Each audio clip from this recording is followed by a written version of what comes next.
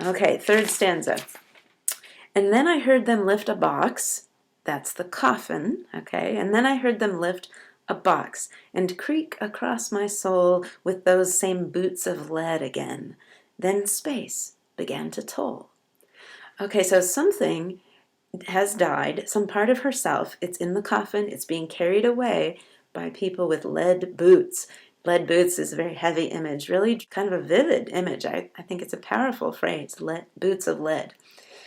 From the spiritual side, the physical body may have died so that the spiritual self or the astral self, the light body can now come forward. However, from the loss of self side, the depression interpretation, losing the body feels very scary. Losing the usual self is scary. The self has died. And then we have nothing but space.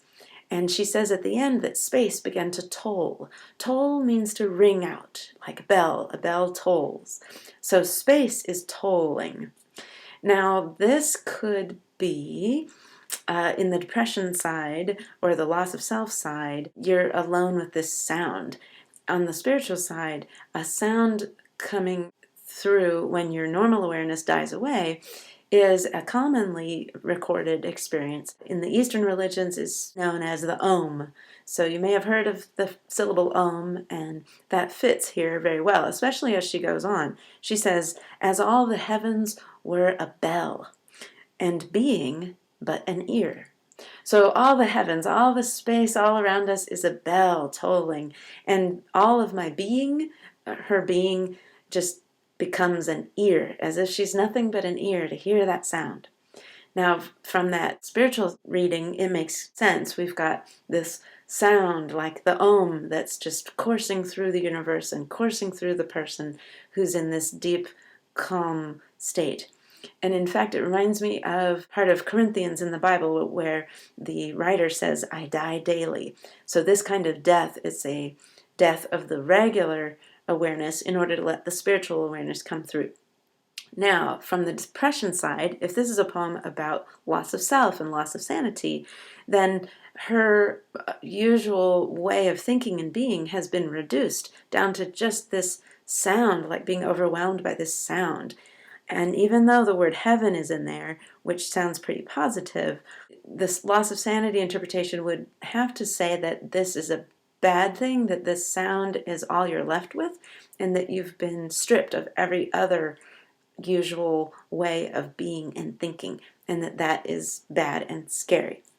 Okay, so we're in the middle of the fourth stanza. As all the heaven were a bell, and being but an ear, and I and silence, some strange race, wrecked, solitary here. Okay, so she says, I and silence, we're two friends. Silence is capitalized and it's personified. So we are some strange race.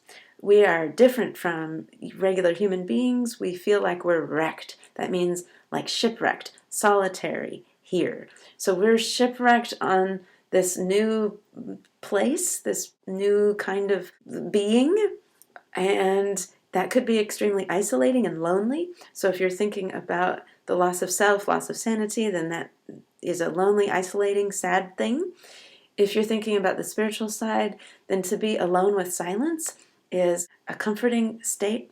Wrecked is a negative word though, wrecked, shipwrecked. But from a spiritual standpoint, we need to be pushed off of our normal way of thinking and being and get into a different world.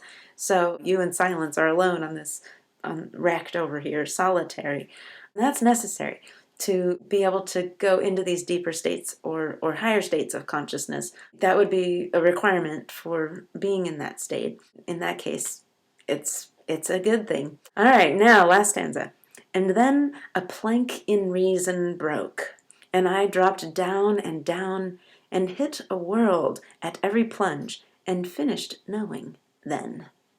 All right, now this is a quite mysterious part of the poem. A plank in reason. So reason, usual thinking, breaks. Now there's also the funeral metaphor, remember, so the plank is what holds the coffin. So when we take away the plank, the coffin drops into the ground. Now, for the loss of sanity, loss of self, this is not good because the self has finally dropped all the way down and is just in the chaotic, unconscious, dropping down and hitting a world at every plunge. And finished knowing sounds like not a good thing. Like I could no longer comprehend what was going on. I could no longer understand what was happening to me.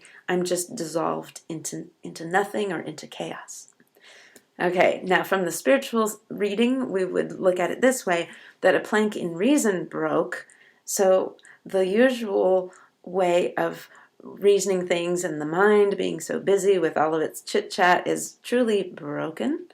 And now we don't worry about thinking and reasoning. We're just existing. We're going down into that deeper state, down and hit a world at every plunge, a world of awareness or worlds of different kinds that you cannot know unless you're in that state. Awareness beyond this world, and it's every plunge we're going deeper and deeper. And finished knowing then. So there's a certain knowing that happens after having had that experience. So finished knowing is a good thing in this case. Now it's worth saying that in the original manuscript where we see Emily Dickinson's handwriting writing out this poem, there's an additional line, and it is crashed, got through.